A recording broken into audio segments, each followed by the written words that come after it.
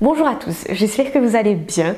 Aujourd'hui, surprise, j'ai changé le nom de ma chaîne et ça peut peut-être vous surprendre, mais je vous donne quand même une explication.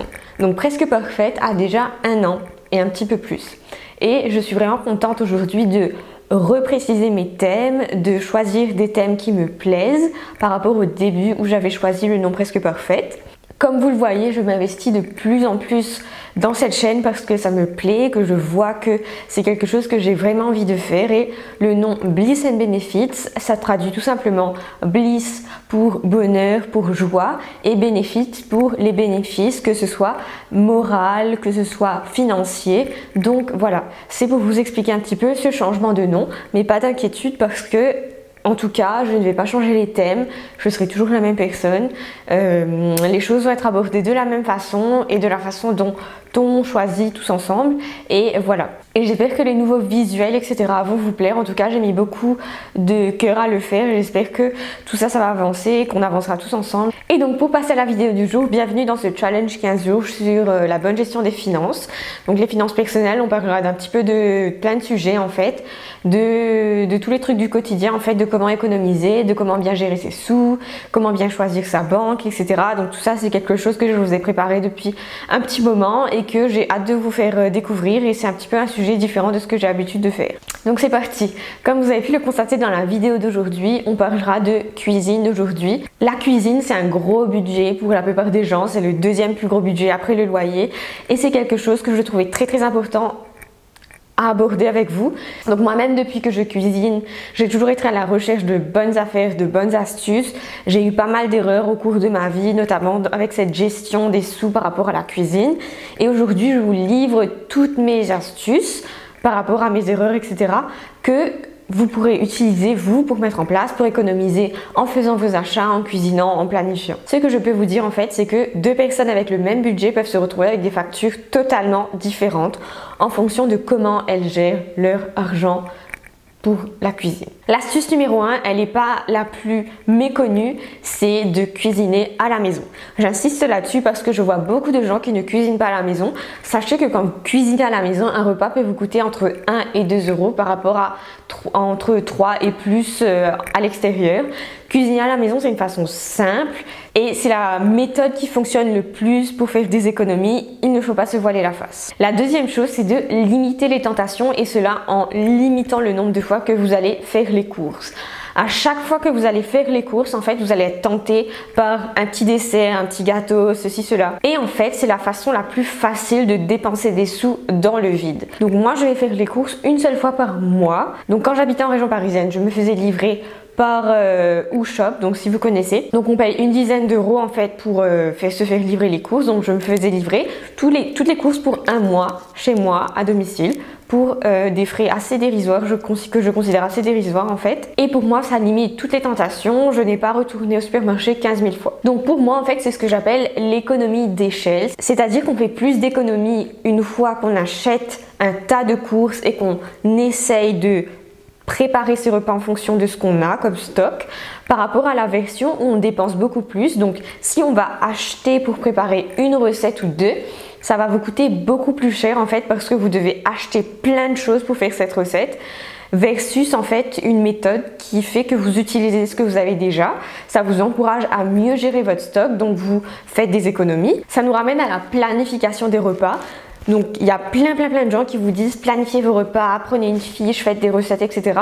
Cette méthode a absolument zéro bénéfice financier si derrière vous ne faites pas une planification en utilisant les mêmes ingrédients pour plusieurs repas. Par exemple, si vous achetez de la crème fraîche pour une semaine, vaut mieux l'utiliser dans plusieurs recettes plutôt que de l'acheter juste pour une recette. Ça paraît bête tout ça, mais il y a plein de gens qui continuent à planifier les repas et à acheter les ingrédients en fonction des repas. Vous voyez ce que je veux dire? Quatrième astuce, c'est d'éviter à tout prix les supérettes. Donc pourquoi éviter les supérettes? Parce que les supérettes coûtent beaucoup plus cher que les grandes surfaces, les supermarchés, les hypermarchés. Pourquoi? Parce que quand ils louent un truc en centre-ville, ils répercutent sur le prix des aliments, le prix en fait de la location, d'être à proximité des gens. Et ça se ressent en fait à quelques euros de différence parfois sur certains produits. Donc évitez les supérettes, faites vos courses plutôt dans des supermarchés et des hypermarchés si vous pouvez. Quand j'étais étudiante, donc j'allais souvent au Monoprix parce qu'il y avait un seul Monoprix dans le centre-ville. Et j'allais souvent faire mes courses au Monoprix, donc j'avais 20 €, j'utilisais un billet de 20 € par semaine. Et quand j'allais au Monoprix, pour vous dire, j'achetais peut-être entre 5 et 7 trucs pour faire la cuisine pour une semaine. Alors que si je me déplaçais un petit peu plus loin dans un grand supermarché, j'avais presque le double d'articles pour le même prix. Donc ça fait une grosse différence. 6e astuce, c'est d'apprendre à utiliser les fruits et légumes.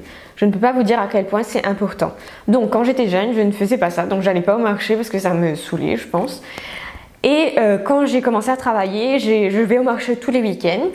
Et en fait, ce que j'ai pu constater, c'est que pour un petit billet de 20 €, vous achetez tout un tas de légumes. Et je peux vous dire, en fait, pour 20 €, j'ai des légumes. Donc à moi toute seule, j'ai des légumes pour une semaine, voire une semaine et demie. Donc ça, c'est une façon extrêmement peu cher de gérer ses sous pour acheter le maximum de nourriture. Mes 7e astuce, c'est d'apprendre à cuisiner les légumes et pour moi c'est un must. Quand vous ne savez pas cuisiner les légumes, vous évitez d'en acheter. Quand vous évitez d'en acheter, en fait vous achetez d'autres choses en remplacement, donc soit des plats préparés ou des plats semi-préparés, et là vous allez dépenser plus de sous que si vous achetiez le légume brut, c'est évident. 8e astuce, c'est d'apprendre à cuisiner les restes. Parce que oui, à chaque fois qu'on fait la cuisine chez soi, il y a des restes et il faut en faire le meilleur usage. Déjà pour l'environnement, c'est bien de ne pas jeter des trucs à la poubelle. Et apprenez des recettes qui vont vous permettre d'utiliser les restes très bien. Donc par exemple, ayez toujours chez vous un stock de pâte à tarte, de pâte à pizza sur lequel vous pouvez juste jeter en fait les trucs qui restent et ça vous fait une super recette. 9e astuce, si vous n'avez vraiment pas le temps de cuisiner des légumes, c'est d'acheter des surgelés donc de préparation.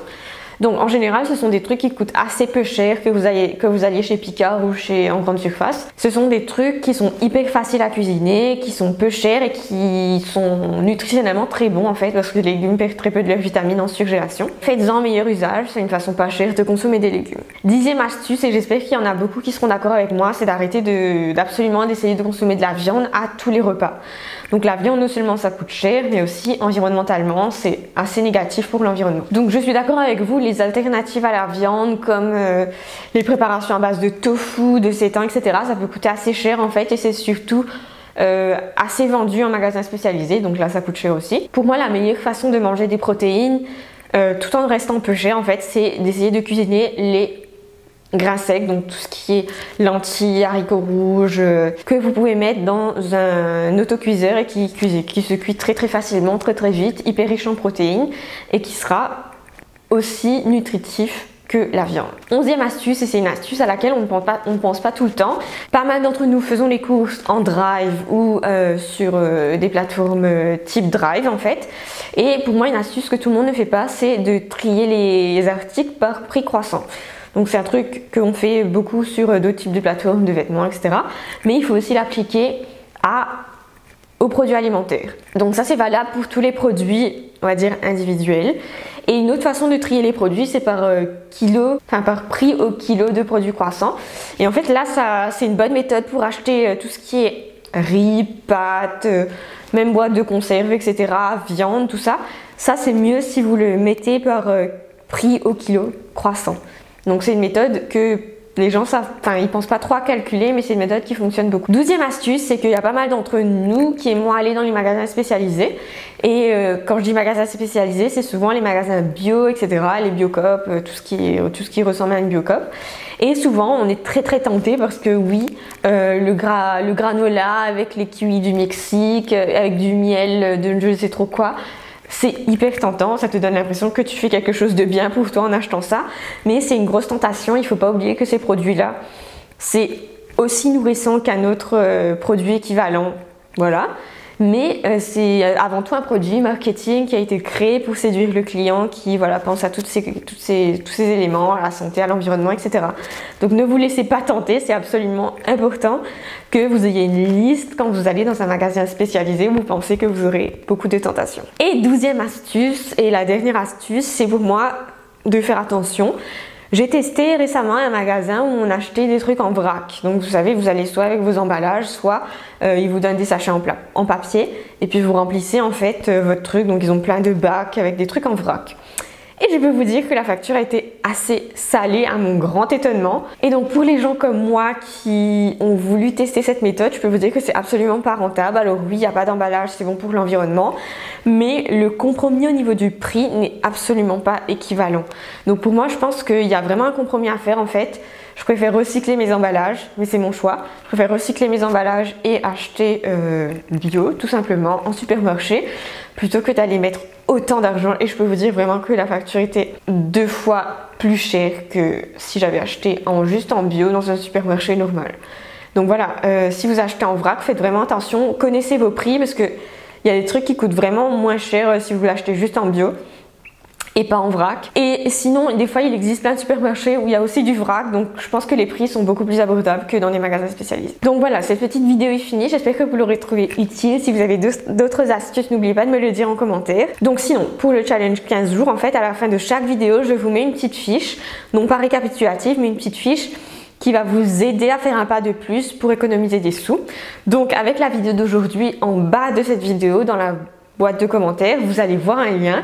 Donc en fait, c'est un lien vers une petite fiche que j'ai concoctée pour vous, que j'ai préparée avec soin. C'est une fiche des indispensables à avoir en cuisine. Ça peut vous aider à faire vos courses, à faire vos économies, à mieux planifier vos repas.